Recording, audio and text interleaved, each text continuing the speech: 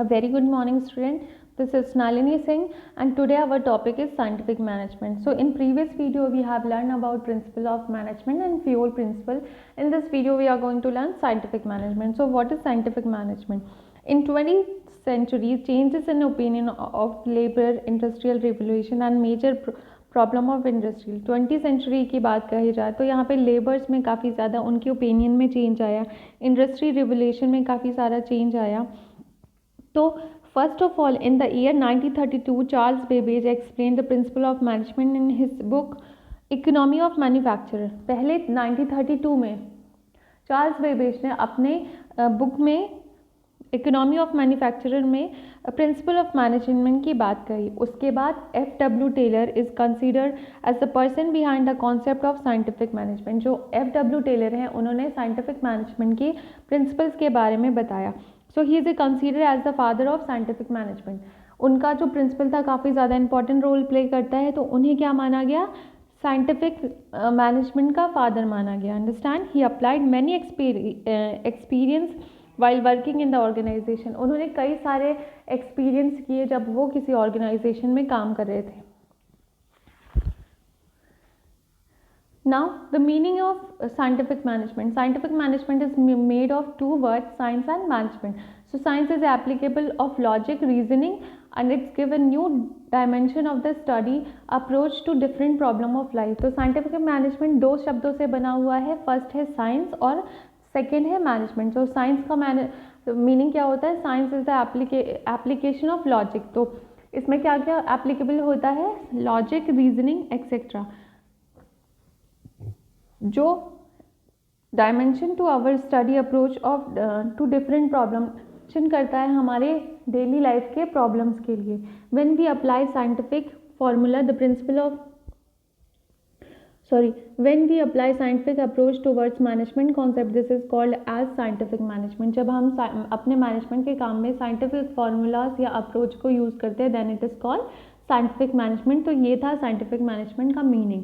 So Taylor has formulated the principle of management after studying the scientific management and deeply. उन्होंने Taylor ने बहुत ही deeply जब पढ़ा है प्रिंसिपल ऑफ मैनेजमेंट के बाद तब उन्होंने अपने प्रिंसिपल्स को रखा है.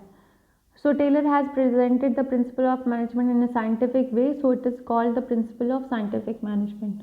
उन्होंने scientific way में अपना so F.W. टेलर जो है उन्होंने scientific management की थ्योरी दी है और उन्होंने इसको scientific तरीके से बताया है. अब there is some definition of scientific management and after that some characteristics of scientific management. So the first point, the object is every job of scientific management is fixed and predetermined. Scientific management में जितने भी job होते हैं it should be predetermined and fixed. There is a fixed plan to attain objective. जो भी objective को हमें attain करना है they should be fixed. Mutual cooperation among employees is essential in scientific management. Scientific management में लोगों के बीच में cooperation होना ज़रूरी है between employees. Scientific management works on the objective of maximum production at minimum cost. यहाँ पे ये फोकस किया गया है कि जो प्रोडक्शन है हमको इसे इंक्रीज करना है और कॉस्ट को कम करने की कोशिश करना है. Motivation is a consider necessary for the completion of work. किसी भी काम को ख़त्म करने के लिए देयर शुड बी नीड और कंसीडर नेसेसरी क्या है, motivation. Scientific control system is implemented under scientific management. Scientific control scientific management की थ्योरी में कंसीडर किया गया है. Time to time evaluation of standard in performance. मतलब हमें अपने वर्कर का टाइम टू टाइम परफॉर्मेंस को इवैल्यूएशन करना चाहिए. And then research and experiment play an important role in the field of scientific management. Specialisation and division of work is also given in importance. इन्होंने भी division of work को importance दी है. उसके बाद much stress in given on right person for the right job. इन्होंने ये भी कहा है कि सही आदमी को सही जॉब, मतलब जो जिस काम के लायक है उसको वो काम दिया जाना चाहिए. रिस्पॉन्सिबिलिटी आर असाइंड और fix for the every level of work. हर एक लेवल के लिए अथॉरिटी और रिस्पॉन्सिबिलिटी होती है. So these are the characteristics of scientific management. Now the next is introduction और Taylor's contribution in power of management. तो यहाँ पे टेलर का जो कॉन्ट्रीब्यूशन है वो दिया गया है. इसी के साथ साथ उनके बारे में भी कई सारी चीज़ें बताई गई है. पर अब हम आते हैं principle of formulated by Taylor. These are the principle of formulated by Taylor. यहाँ पे 11 फॉर्मूले प्रिंसिपल्स दिए गए हैं FW टेलर ने। तो शुरू करते हैं हम FW टेलर के प्रिंसिपल से। तो first point is principle of task idea. Task idea क्या है कि हम अपने वर्कर्स को टास्क देते हैं। This pertain to the norms of productivity of individual worker. It is technical of forecasting and viewing ahead every step in a long series of separate operations. The standard task is an amount of work which an average work does is atmosphere. During a working day, tailors call a fair day work. A worker usually work much below his capacity if no standard is set for him. तो यहाँ पे task दिया जाना चाहिए, मतलब उनको काम दे रहे हैं और उनके काम के स्टैंडर्ड के अकॉर्डिंग हमें उन्हें फेयर प्राइस भी देना चाहिए। देन है प्रिंसिपल ऑफ एक्सपेरिमेंट। तो यहाँ पे टेलर ने अपने साइंटिफिक मैनेजमेंट में कुछ एक्सपेरिमेंट्स भी किए हैं। Taylor suggested that the following study be conducted by the organisation so that it has the insight in knowledge, the method of doing a job, movement of a machine, time required for the actions and the fatigue that's associated with performing job। तो यहाँ पे उन्होंने देखा है, कुछ experiment किए हैं, ठीक है। So first is time study. उन्होंने टाइम स्टडी की है। It is done to observe any study the minimum time required to perform. किसी भी टास्क को ख़त्म करने के लिए कितने टाइम की ज़रूरत होती है। Through time study this is time required for man work is determined. तो टाइम स्टडी, जो इसको हम टाइम स्टडी कहते हैं, जिससे कि वो किसी भी इंसान के काम को फिक्स करती है कि कितने टाइम में वो काम को ख़त्म कर लेता है। It help in fixing the standard time required to the particular job. तो यहाँ पे ये क्या हेल्प करता है कि किसी एक पर्टिकुलर जॉब को करने के लिए कितना टाइम रिक्वायरमेंट है। उसके बाद है मोशन स्टडी।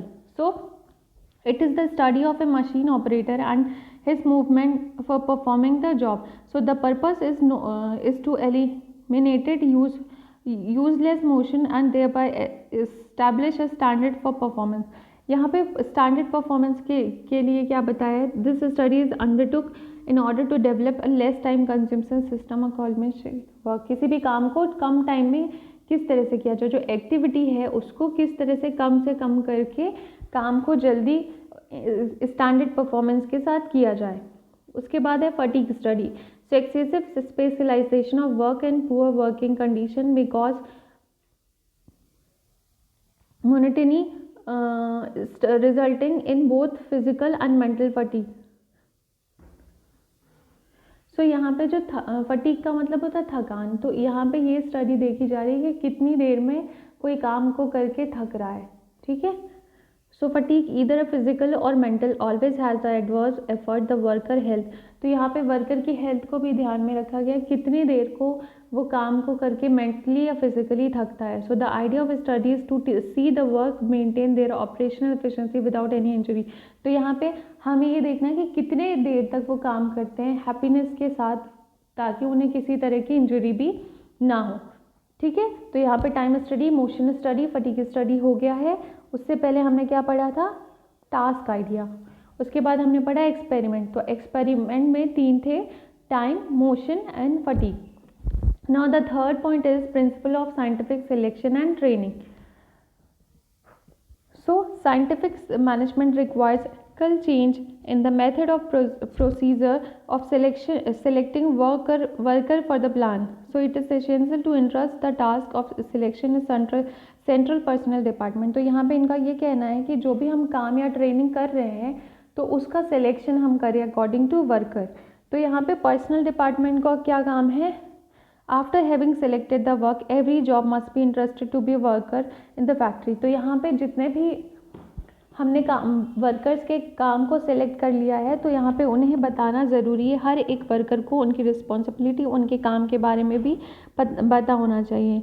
और this depends upon the worker aptitude, skills and intelligence. Under specific scientific method management, the management has to undertake the training of workman before allotting the certain trial. तो यहाँ पे अगर हम किसी भी वर्कर को अगर काम दे रहे हैं तो यहाँ पे ज़रूरी है कि हम उनको कुछ ट्रेनिंग भी प्रोवाइड कराएं। ठीक है। तो यहाँ पे साइंटिफिक में क्या सिलेक्शन है, साइंटिफिकली तरीके से हम वर्कर का सिलेक्शन कर रहे हैं और उनको उनके काम के अकॉर्डिंग ट्रेनिंग प्रोवाइड कर रहे हैं। उसके बाद उन्होंने कहा है justified division of work. Justified division of work क्या होगा, राइट पर्सन को हम राइट काम दें, मतलब अकॉर्डिंग टू हिज एबिलिटी और नॉलेज। उसके बाद है principle of incentive wages system. Incentive wages system का क्या मतलब है, Taylor assume that is addition to good wages proper incentive should be given to the employees. उन्होंने कहा है कि जो भी हमारे वर्कर्स हैं उनको प्रॉपर फेयर प्राइस उनका वेजेस मिलना चाहिए, उनको इंसेंटिव मिलना चाहिए। So Taylor introduced differential wages system in the regard to implement that a work who works as per the standard set should be paid।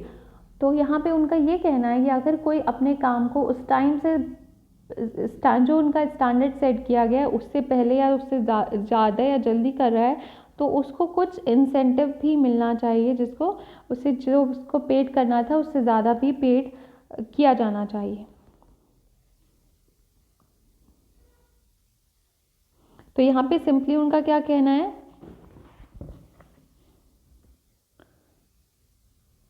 a worker who work more should receive wages that the person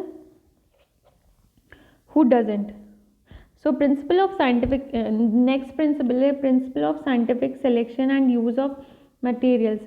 So good quality and finished product can be obtained only by good quality of raw material। तो उन्होंने का ये भी कहना है कि जब हम किसी भी प्रोडक्ट को अच्छा बनाना चाहते हैं तो देयर शुड बी नीड कि हम अपने रॉ मटेरियल को भी गुड क्वालिटी का लें। So proper utilisation raw material is also essential to avoid wastage. उन्होंने कहा है कि रॉ मटेरियल का वेस्टेज नहीं करना चाहिए और इसका प्रॉपर यूज़ होना चाहिए ताकि हमारे ऑर्गेनाइजेशन को बेनिफिशियल हो और यूटिलाइजेशन भी प्रॉपर तरीके से हो। उसके बाद है principle of modern machine and equipment. Scientific management में टेलर का कहना था कि हम अपने बिजनेस को एडवांस बनाने के लिए मॉडर्न मशीन्स का यूज़ करें और इक्विपमेंट का यूज़ करें जिससे कि प्रोडक्शन इंक्रीज हो और प्रोडक्शन की जो कॉस्ट हो वो कम हो with the help of machineries and equipment. Next है principle of standardisation. So this involves the standardization of tools and equipment, condition of work and materials so that the best product can be produced at a minimum cost। इनका कहना था standard को increase करेंगे, अपने tools condition equipment को बढ़ाएंगे, उसके standard को इंक्रीज करेंगे, मटेरियल को इंक्रीज करेंगे तो हमारा प्रोडक्शन इंक्रीज होगा और कॉस्ट कम आएगी, क्योंकि हमारा मशीन के थ्रू प्रोडक्ट जल्दी बनेगा तो कॉस्ट कम आएगी और प्रोडक्शन जल्दी होगा। उसके बाद है principle of functional organisation. So Taylor has suggested function organisation system. So उन्होंने यहाँ पे क्या सजेस्ट किया है, these organisation is called 8 boss scheme. यहाँ पे उन्होंने 8 बॉस स्कीम को सजेस्ट किया है, gang boss, speed boss, repair boss, inspector, shop road clerk, instruction guard clerk, time and cost clerk. तो 8 बॉस को सजेशन दिया है। उसके बाद है principle of idle cost accounting system. So this system motivates the use of advance and idle accounting system. In idle cost accounting system service are taken from capable, experienced and efficient accountant. Accounting system पे भी यहाँ पे experienced और efficient accountant का होना ज़रूरी माना है टेलर ने। उसके बाद है last point which is principle of mental revaluation। according to this principle the employees is for the enterprise and enterprise for the employee। तो उनका क्या कहना है कि एम्प्लॉयज़ जो होते हैं वो इंटरप्राइज के लिए होते हैं और इंटरप्राइज हमारे एम्प्लॉयज़ के लिए होती है। So all employees should work for the betterment of employees. तो यहाँ पे ये भी ध्यान रखना चाहिए कि एम्प्लॉयज़ का भी बेटरमेंट हो। Owner and employees together plan of group of interest. यहाँ पे ये कहना है मेंटल रिवोल्यूशंस का मतलब कि हम सबके बेनिफिट को ध्यान रखें, इंटरप्राइज के भी, एम्प्लॉयर के भी और एम्प्लॉयज़ को भी, और म्यूचुअल अंडरस्टैंडिंग के साथ हम काम करें और मेंटल रिवोल्यूशन पे भी फोकस किया जाए। तो यहाँ पे टेलर के सारे प्रिंसिपल ख़त्म होते हैं, ये बहुत ज़्यादा इम्पॉर्टेंट है। उसके बाद फ्यूल का जो हमने पढ़ा है वो भी काफ़ी ज़्यादा इम्पॉर्टेंट है, अंडरस्टैंड। इसके बाद साइंटिफिक मैनेजमेंट की कुछ टेक्निक्स दी गई है जो आप पढ़ लीजिएगा। After that there is a difference between, जो हमने प्रिंसिपल एफ.डब्ल्यू. टेलर के प्रिंसिपल में पढ़ाया है एक्सपेरिमेंट में, टाइम स्टडी और मोशन स्टडी, उनके बीच में डिफरेंसेस दिया गया है। उसके बाद दिया गया है objective of scientific management. Scientific management का ऑब्जेक्ट क्या है, तो यहाँ पे increase in the rate of production को इंक्रीज करना और टूल्स के मेथड को, जो टूल्स है उसके इक्विपमेंट्स को स्टैंडर्डाइज करना। उसके बाद क्वालिटी ऑफ गुड्स को इंक्रीज करना, क्वालिटी को कंट्रोल करना, कॉस्ट प्रोडक्शन को कम करना। इसमें साइंस का रूल्स को फॉलो किया गया है, ना ही science not rule of thumb. Rule of thumb मतलब जो पुराने रीति रिवाज चले आ रहे हैं उसको फॉलो ना करके हम साइंटिफिक तरीके से काम को करें। Develop of each man to, यहाँ पे हर एक आदमी के डेवलपमेंट की बात की गई है।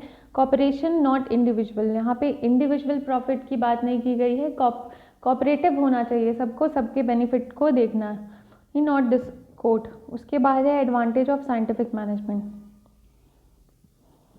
सो यहाँ पे 3 बेसिस पे एडवांटेज दिया गया है। फर्स्ट है साइंटिफिक मैनेजमेंट का जो है मैन्युफैक्चर के लिए, उसके बाद लेबर के लिए, उसके बाद सोसाइटी के लोगों के लिए। तो पहले किसके लिए, मैन्युफैक्चर और प्रोड्यूसर के लिए क्या फ़ायदा है, उसके बाद लेबर के लिए, उसके बाद सोसाइटी के लोगों के लिए।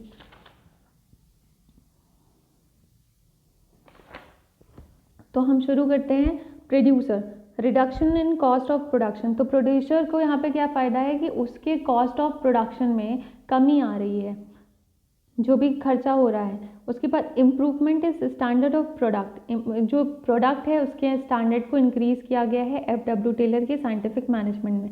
डिवीजन ऑफ वर्क की बात कही गई है, इंडस्ट्रियल पीस की बात कही गई है और मैक्सिमम वर्क की बात कही गई है। उसके बाद अगर हम बात करते हैं एडवांटेज ऑफ लेबर्स, जो लेबर हैं उनको क्या एडवांटेज होता है कि इंक्रीज इन इनकम, अगर कोई काम ज़्यादा कर रहा है तो उसके इनकम को बढ़ाया जाए, उनको लिविंग स्टैंडर्ड को इंक्रीज़ किया जाए, उनको स्टेबिलिटी, इंटरेस्ट टूवर्ड वर्क, उनको ऐसा बनाया जाए, ऐसा मोटिवेट किया जाए कि उनको अपने काम में इंटरेस्ट हो। इनकी एफिशिएंसी, काम वर्कर्स की एफिशिएंसी को इम्प्रूव करने की बात कही गई है। उसके बाद स्टेबिलिटी ऑफ एम्प्लॉयमेंट, हमारे एम्प्लॉयमेंट जो भी एम्प्लॉयज़ हैं उनको स्टेबिलिटी प्रोवाइड करानी चाहिए in the scientific management, according to scientific management. Now the third point is advantage to society. Society के लोगों को क्या एडवांटेज मिल रहा है, तो यहाँ पे फर्स्ट पॉइंट है increase in national income, national income increase हो रही है। कंज्यूमर को एडवांटेज मिल रहा है क्योंकि यहाँ पे गुड क्वालिटी का प्रोडक्ट यूज़ हो रहा है और लिविंग स्टैंडर्ड को इंक्रीज कर रहे हैं, लोगों को एम्प्लॉयमेंट मिलेगा और इंडस्ट्रियल पीस बनी रहेगी। अब हम यहाँ पे अपोजिशन और डिसएडवांटेज ऑफ साइंटिफिक मैनेजमेंट, कई सारी चीज़ें ऐसी बताई गई है जो कि अपोज करते हैं। तो यहाँ पे साइंटिफिक मैनेजमेंट के डिसएडवांटेज की बात करते हैं। तो फर्स्ट पॉइंट है इंक्रीज ऑफ लेबर वर्क, यहाँ पे लेबर वर्क बढ़ रहा है। स्ट्रिक्ट कंट्रोल, जो कंट्रोल किया गया है वो स्ट्रिक्टली किया गया है। उसके बाद है फियर ऑफ अनएम्प्लॉयमेंट, यहाँ पे अनएम्प्लॉयमेंट का भी डर है लोगों को, क्योंकि मशीन, यहाँ पे क्या बोला गया है, इक्विपमेंट और मशीनरीज का यूज़ करें। तो अगर हम जो वर्कर काम कर रहे हैं उनकी जगह हम मशीनरीज को लाते हैं तो वो अनएम्प्लॉयड हो जाएंगे। एक्सप्लॉयटेशन ऑफ लेबर, क्योंकि हमें क्या कह रहे हैं, बहुत ज़्यादा काम कराने की भी बात कही गई। मैक्सिमम लेबर वर्क लेना है, जिससे कि यहाँ पे लेबरों को लगता है कि उनका शोषण हो रहा है।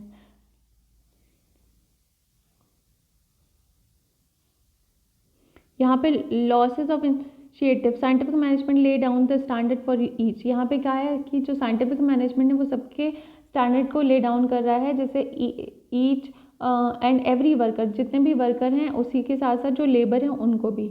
उसके बाद है disinterest towards work and labour, यहाँ पे जो तरीका बताया गया है उससे क्या होता है, वर्कर को कुछ टाइम बाद उनका इंटरेस्ट खत्म हो जाता है। Decrease in power of trade union, यहाँ पे जो तरीके बताए गए हैं साइंटिफिक तरीका, वहाँ पे क्या हो रहा है, पावर ऑफ ट्रेड यूनियन का डिक्रीज हो रहा है। और यहाँ पे क्या गया है, the last point is only increase in capital, यहाँ पे जितनी भी बात कही गई है साइंटिफिक मैनेजमेंट में वहाँ पे सिर्फ कैपिटल को बढ़ाने की बात ही कही गई है। उसके बाद है whether the opposition of laborer are justified, we all know it well that money is not bad, पैसा कोई बुरा नहीं होता, only the way using the money is bad, अगर हम पैसे को बुरी तरीके से यूज़ ना करें तो। In the same way all the principle of scientific management have been prepared after various experiment, जितने भी प्रिंसिपल्स बनाए गए हैं उनको कई सारे एक्सपेरिमेंट और एक्सपीरियंस के साथ बनाए गए हैं। So before implementing scientific management is favourable और एटमॉस्फेयर मस्ट बी बिल्ड। तो अगर साइंटिफिक फार्मूले को बनाना या एप्लीकेबल करना चाह रहे हैं तो वहाँ पे उस तरह का एटमॉस्फेयर प्रोवाइड कराना भी बहुत ज़रूरी है। So the criticism by trade union and labor are based on a narrow concept, and it can be safely concluded that the atmosphere is framed before implementing। तो यहाँ पे साइंटिफिक मैनेजमेंट में यही माना गया है कि उसका प्रॉपर एटमॉस्फेयर होना चाहिए अगर हम किसी भी प्रिंसिपल को क्या कर रहे हैं, इम्प्लीमेंट कर रहे हैं। उसके बाद है टेलर एंड फ्यूल। तो यहाँ पे कंपैरेटिव स्टडी की गई है, जो हमने टेलर और फ्यूल की स्टडी को पढ़ा है तो वहाँ पे कंपैरिजन किया गया है। तो कंपैरिजन में सिमिलैरिटी और डिससिमिलैरिटी भी दी गई है। तो इसमें सिमिलैरिटी क्या है, both wanted to bring change the managerial condition, managerial condition में दोनों ही चेंज चाहते हैं। बोथ वे are great supporter of human factor, human factor के दोनों ही सपोर्ट हैं। Both give much importance of forecasting and planning, दोनों ने फोरकास्टिंग को दिया है। Both accept management as an earn talent, both were expert in their own field, दोनों ही अपने फील्ड में एक्सपर्ट हैं। Both are formulated the principle of management, both were top class engineer, दोनों ही टॉप क्लास इंजीनियर हैं। उसके बाद both are in favour accepting incentive wages, incentive wages system की जो बात कही है दोनों ही उसको अग्री करते हैं। उसके बाद हम बात करते हैं डिससिमिलैरिटी ऑफ ओपिनियन, टेलर और फ्यूल की जो डिससिमिलैरिटी है। तो Taylor's centre of study was labour, Taylor का जो सेंटर ऑफ स्टडी है वो लेबर है और जो फ्यूल का है वो मैनेजर है। टेलर्स प्रिंसिपल और principle of scientific management, Taylor का प्रिंसिपल था साइंटिफिक मैनेजमेंट और फ्यूल का था principle of administration. Taylor's experiment point was factory, Taylor का एक्सपेरिमेंट पॉइंट था फैक्ट्री और फ्यूल का था top administration. Taylor justify functional organisation and enterprise, वे Fayol justify unity of command. Taylor ने किसको जस्टिफाई किया है, 8 बॉस स्कीम को, और फ्यूल ने किया है 1 मैन ऑर्डर, किसी एक आदमी की बात मानना। उसके बाद Taylor study and contribution was lower level labour to manager, बल्कि Fayol study and contribution was manager from the beginning and he used the word order, direction and authority. Taylor is called as factory experiment with a, Taylor ने कहा है factory experiment और fuel ने कहा है management expert. So Taylor principle are not applied in practice with a Fayol principle have been applied in so many enterprise. Taylor का जो principal है वो सब जगह प्रैक्टिकली अप्लाई नहीं होता है, बल्कि फ्यूल प्रिंसिपल जो है वो एप्लीकेबल होता है कई सारे इंटरप्राइज में। तो यहाँ पे हमने दोनों के प्रिंसिपल को पढ़ा है, दोनों के एडवांटेज डिसएडवांटेज पढ़े हैं, कंपैरिजन स्टडी पढ़ लिया है, डिससिमिलैरिटी और सिमिलैरिटी पढ़ ली है और डिफरेंसेस बिटवीन देयर से टेलर एंड फ्यूल। सो फ्यूल और टेलर के बीच में जो डिफरेंसेस है वो भी दिए गए हैं जो कि बहुत इंपॉर्टेंट है। तो इस चैप्टर की सारी चीज़ें काफ़ी ज़्यादा इंपॉर्टेंट है, इसलिए आपको सारे क्वेश्चंस को अच्छे से प्रिपेयर कर लेना है। तो यहाँ पे हमारा चैप्टर 2 ख़त्म होता है। अगर आपको कोई भी पॉइंट पे अगर डाउट है तो आप उसको मेंशन करके पूछ सकते हैं।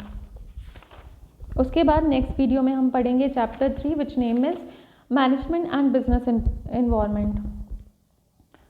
Have a nice day, thank you.